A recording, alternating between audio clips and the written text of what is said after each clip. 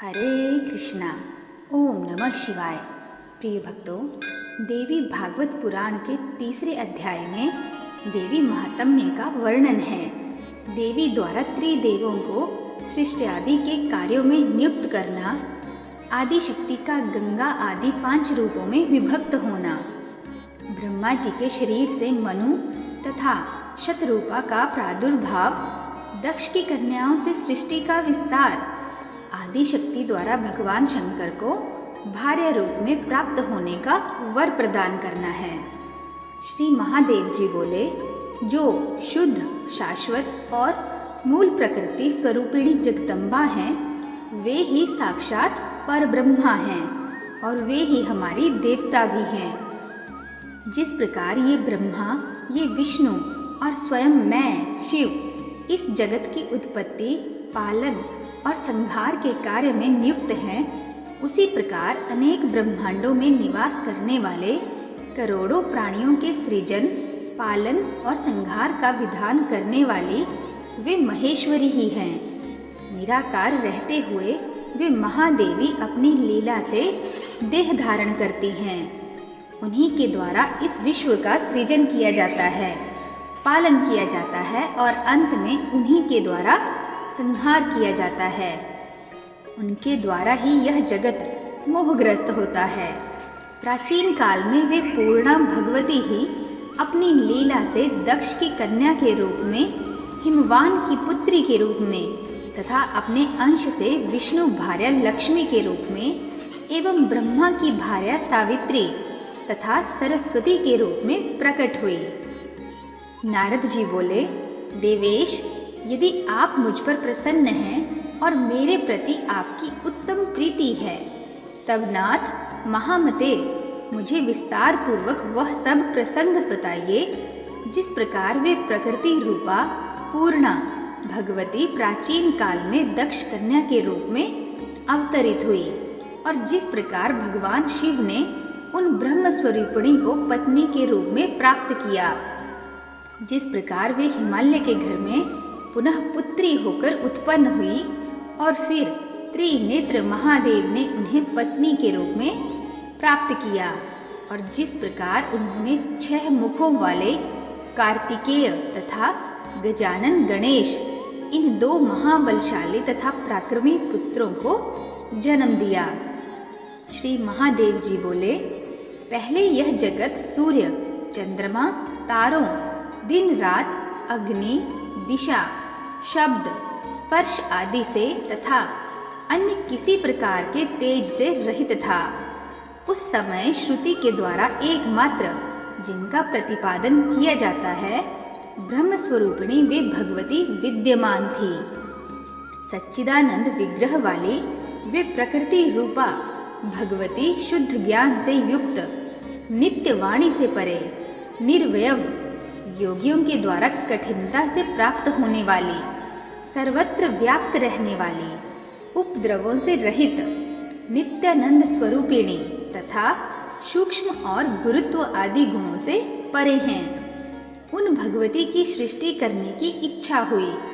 उसी समय रूप रहित होते हुए भी प्रकृति स्वरूपिणी उन पराम्बा ने अपनी इच्छा से शीघ्र ही प्रसन्नता पूर्वक रूप धारण कर लिया। उनका विग्रह निखरे हुए काजल के समान था, विकसित कमल के समान सुंदर मुख था, 4 भुजाएं थी, नेत्र लाल वर्ण के थे, बाल खुले हुए थे और दिशा रूपी वस्त्र से सुशोभित, स्थूल तथा उन्नत स्तनधारिणी ज्योतिर्मयी वे सिंह की पीठ पर विराजमान थी। तदंतर उन्होंने अपनी इच्छा से अपने रजस, सत्व और तमोगुण के द्वारा शीघ्र ही चैतन्य रहित एक पुरुष की सृष्टि की। सत्व आदि 3 गुणों से युक्त उस उत्पन्न पुरुष को देखकर भगवती ने स्वेच्छा से उस पुरुष में सृष्टि करने की अपनी इच्छा का समावेश किया। यह देखकर वह शक्तिमान पुत्र तीनों गुणों के आश्रय से ब्रह्मा, विष्णु और शिव नाम वाले 3 पुरुषों के रूप में प्रकट हो गया। इस पर भी सृष्टि नहीं हो रही है, ऐसा देखकर उन भगवती ने उस पुरुष को जीवात्मा और परमात्मा इन दो रूपों में विभक्त कर दिया। इसके बाद वे प्रकृति अपनी इच्छा से स्वयं अपने को भी 3 भागों में विभक्त कर माया, विद्या और परमा इन 3 रूपों में प्रकट हो गई। प्राणियों को विमोहित करने वाली जो शक्ति है वही माया है, और संसार को संचालित करने वाली तथा प्राणियों में संपदन आदि का संचार करने वाली जो शक्ति है वही परमा कही गई है। वहीं तत्व ज्ञानमयी तथा संसार से मुक्ति दिलाने वाली भी हैं। माया के वशीभूत जीव जब उस परमा शक्ति की उपेक्षा करने लग गया, तब उन्हें मोहात्मिक उस माया का आश्रय ग्रहण करने वाले वे पुरुष भी विषयों के प्रति आसक्त होने लगे। हे मुनिश्रेष्ठ, उस समय वे उस माया के प्रभाव से अत्यंत प्रमत्त हो गए। तीसरी जो परा विद्या है वह स्वयं गंगा, दुर्गा, सावित्री, लक्ष्मी और सरस्वती इन 5 रूपों में विभक्त हो गई। उन साक्षात जगत पालिनी पूर्णा प्रकृति ने सृष्टि कार्य में ब्रह्मा, विष्णु तथा शिव को अलग अलग नियुक्त करके कहा, मैंने सृष्टि के निमित्त ही आप लोगों को अपनी इच्छा से उत्पन्न किया है। अतएव महाभाग आप लोग वैसा ही कीजिए जैसी मेरी इच्छा है। ब्रह्मा अनेक प्रकार के विचित्र तथा असंख्य स्थवर और जंगम प्राणियों की निर्बंध भाव से उत्पत्ति करें। विशाल भुजाओं वाले और बलशालियों में श्रेष्ठ विष्णु जगत का पालन करें, और अंत में जब मेरी नाश करने की इच्छा होगी तब तमोगुण युक्त शिव संपूर्ण जगत का नाश करेंगे।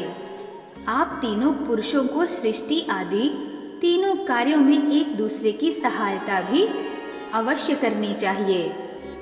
मैं सावित्री आदि 5 श्रेष्ठ देवियों के रूपों में विभक्त होकर आप लोगों की पत्नियां बनकर स्वेच्छा पूर्वक विहार करूंगी, और सभी प्राणियों में नारी रूप धारण कर शंभु के सहयोग द्वारा स्वेच्छा से सभी प्राणियों को जन्म दूंगी।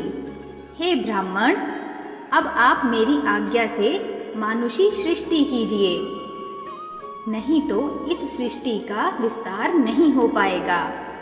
ब्रह्मा आदि से ऐसा कहकर वे प्रकृति स्वरूपिणी परात्पर महाविद्या उनके देखते देखते अंतर ध्यान हो गई, और उनका यह वचन सुनकर ब्रह्मा जी ने सृष्टि कार्य आरंभ कर दिया। इधर भगवान महेश्वर उन पूर्ण प्रकृति को पत्नी रूप में प्राप्त करने के लिए संयत चित होकर भक्ति पूर्वक तप के द्वारा आराधना करने लगे। अपने ज्ञान नेत्र से महेश्वर को ऐसा करते देखकर वे परम पुरुष विष्णु भी उन्हीं को प्राप्त करने के निमित्त तपस्या करने के लिए बैठ गए। यह सब जानकर भगवान ब्रह्मा भी सृष्टि करना छोड़कर उसी अभिलाषा के साथ तपस्या हेतु निश्चल होकर बैठ गए। इस प्रकार आराधनारत उन तीनों के तप की परीक्षा करने के लिए स्वयं प्रकृति ब्रह्मांड को क्षुब्ध करने वाला भयंकर रूप धारण कर उनके पास आई। उन्हें देखकर ब्रह्मा जी भयाक्रांत हो गए और उन्होंने अपना मुख फेर लिया। वे उनके सम्मुख पुनः गई, तब भी ब्रह्मा जी विमुख हो गए। इस प्रकार वे चारों दिशाओं में क्रम से 4 बार गई। इससे अत्यंत डरे हुए वे ब्रह्मा जी 4 मुख वाले हो गए और भय से संत्रस्त होकर वे तपस्या छोड़कर उसी समय वहां से भाग गए। इसके बाद महान भय उत्पन्न करने वाली वे प्रकृति वहां पर शीघ्र पहुंची, जहां परम पुरुष विष्णु एकाग्रचित्त होकर तप कर रहे थे। उन्हें देखकर 1000 सिर, 1000 नेत्र तथा 1000 पैरों वाले वे विष्णु भी उस समय भयभीत हो गए और तपस्या छोड़कर आंखें बंद किए हुए जल के अंदर प्रविष्ट हो गए। इस प्रकार उन दोनों की तपस्या भंग हो जाने पर भीष्ण रूप वाले वे प्रकृति महेश के पास गए, किंतु वे किसी भी तरह उनका ध्यान भंग करने में समर्थ नहीं हो सके। अपने विज्ञान विशेष से भगवान शिव भयंकर रूप वाली देवी प्रकृति को परीक्षा के लिए आई हुई जानकर समाधि में ही बैठे रहे। उससे अत्यंत प्रसन्न हुई प्रकृति स्वरूपिणी श्रेष्ठ भगवती, जो गंगा स्वरूप से स्वर्ग में स्थित है, भगवान शिव को देवी पूर्णा के स्वरूप में प्राप्त हुई। उन्होंने अपनी पूर्व प्रतिज्ञा के अनुसार अपने अंश से सावित्री होकर पति रूप में ब्रह्मा जी को प्राप्त किया। हे महामते, इसी प्रकार उन्होंने अपने ही अंश से लक्ष्मी होकर विष्णु को पति रूप में प्राप्त किया और अपने ही अंश से सरस्वती के भी रूप में वे भगवती प्रतिष्ठित हुई। इसके बाद महामते, समाधि भंग हो जाने के अनंतर उन लोकपिता ब्रह्मा ने पृथ्वी आदि महाभूतों तथा अन्य तत्वों की उत्पत्ति करके मरीचि, अत्रि, पुलह, क्रतु, अंगीरा, प्रचेता, वशिष्ठ, नारद, भृगु और पुलस्त्य इन 10 मानस पुत्रों का सृजन किया। महामते, ये सभी 10 पुत्र समान गुण प्रभाव वाले थे। इसके बाद उन्होंने दक्ष आदि प्रमुख प्रजापतियों तथा मनुष्यों की उत्पत्ति की।